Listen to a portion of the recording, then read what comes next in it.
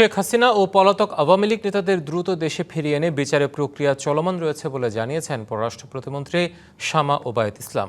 শনিবার বিকালে মুন্সিগঞ্জ সদর উপজেলা মিলনায়তনে এক সেমিনারে কথা জানান তিনি। বলেন, শেখ হাসিনা ও অনেকের বিচার ও সাজা হয়েছে, যারা পালিয়ে আছে তাদেরকে ফেরত এনে বাংলাদেশের মাটিতে বিচার সম্পন্ন করা হবে। তাদের সাজা সম্পন্ন করার প্রক্রিয়া অন্তর্বর্তী সরকারের সময় থেকেই শুরু হয়েছে এবং সেই কার্যক্রম চলমান রয়েছে বলে জানান প্রতিমন্ত্রী। যারা পালিয়ে গেছে তাদেরকে ফেরত এনে বাংলাদেশের মাটিতে বিচার সম্পন্ন করা এবং তাদের সাজা সম্পন্ন করার প্রক্রিয়া ইন্টারিম সরকারের সময় শুরু হয়েছে।